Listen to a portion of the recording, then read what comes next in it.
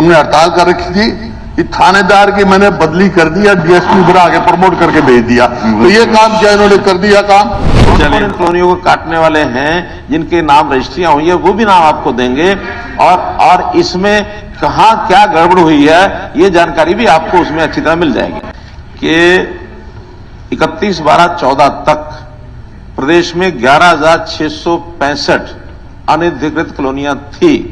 पहले तो हम ये सूची उपलब्ध कराएंगे कि 11,665 जो आपके कार्यकाल में अनधिकृत ढूंढी गई हैं वो कौन सी थी, वो लिस्ट भी आपको देंगे।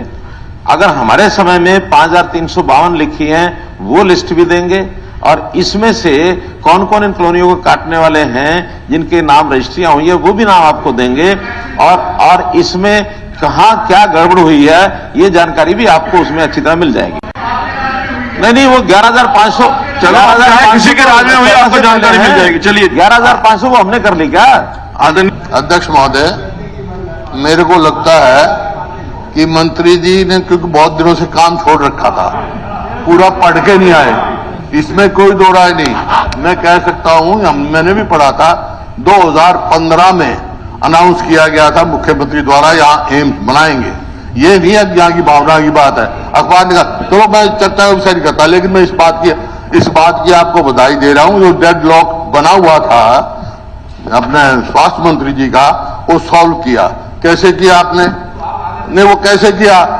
अध्यक्ष महोदय, जब मैं वकील था, मेरी बात सुनो, ये प्रश्नकाल का आपके सदस्य टाइम नहीं मिला, मैं तो इनको बधाई दे रखा। कैसे किया? नहीं, एक मिनट, मैं वकील था तो एक बादरगढ़ का थानेदार था, उसने एक वकील की बेइज्जती कर दी, वकीलों की हड़ताल हो गई, और मुख्यमंत्री थे उस टाइम या तो चौधरी भजनलाल थे या चौधरी बंसीलाल थे।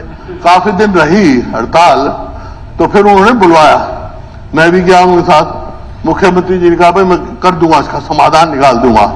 थोड़ी देर के बाद फिर बुलवाया दिल्ली वकीलों को, उन्होंने कहा भाई ठीक है, तुमने हड़ताल कर रखी थी कि थानेदार की मैंने बदली कर दी या डीएसपी बना के प्रमोट करके भेज दिया, तो ये काम क्या इन्होंने कर दिया काम।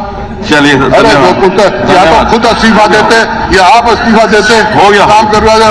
इसका मतलब ये हो गया जिस भी अफसर को प्रमोशन लेनी है, मंत्री जी काम छोड़ते उसका काम करना छोड़ देंगे और वही हो जाएगा, डेडलॉक हो जाएगा, फिर प्रमोशन हो जाएगी। चलिए, धन्यवाद। एम्स खुलना चाहिए, और एम्स है सेंट्रल गवर्नमेंट का काम। अगर सेंट्रल गवर्नमेंट के काम में हम अपना प्रयत्न बताते हैं कि हम इसकी कोशिश करेंगे कि एम्स खुले। 2015 में अपनी एक इंटेंशन मैंने बताई थी कि यहाँ के लोगों की जो इच्छा है कि एम्स बनना चाहिए, वो हमने कहा, कहने के बाद हमने इसको परस्यू किया, और परस्यू करने के बाद अंततः भारत सरकार ने उसको 2019 में माना। उससे पहले तो माना भी नहीं, लेकिन मानने के पीछे भी, मनाने के लिए भी हमको प्रयत्न करने पड़े। एम्स सारे देश भर में एक एक एम्स उन्होंने जब दिया, तो उस समय हरियाणा में एक एम्स दिया। 2019 के बाद फिर जिस जमीन पर वहां के लोगों ने एक इच्छा बताई कि ये जमीन हो सकती है, वो जमीन फॉरेस्ट की निकली, और फॉरेस्ट के निकलने के बाद उसको फॉरेस्ट से बाहर करने के लिए बहुत प्रयत्न करना पड़ा। अंतोगत हमको जमीन भी दूसरी देनी पड़ी। उस फॉरेस्ट की जमीन के ऊपर वो एम्स बनना उन्होंने जब मना किया, तब जाके जमीन का अदल बदल हुआ, और इस सारी प्रोसेस में कुछ समय जरूर लगा है, बीच में कोविड भी आया है। तो अब फाइनली वो जमीन भी तय हो गई है, जमीन खरीदी भी गई है, खरीद करके उस जमीन की चारदीवारी भी हो गई है, और अब केंद्र सरकार ने उसका जो टेंडर करना है और बाकी सारी चीज करनी है वो केंद्र सरकार ने करनी है, हमको नहीं करनी है। फिर भी वो जो जैसा बताया हमारे मंत्री जी ने कि बहुत जल्दी उस पर काम जो केंद्र सरकार की ओर से यस होकर के आएगा तो जल्दी हो जाएगा।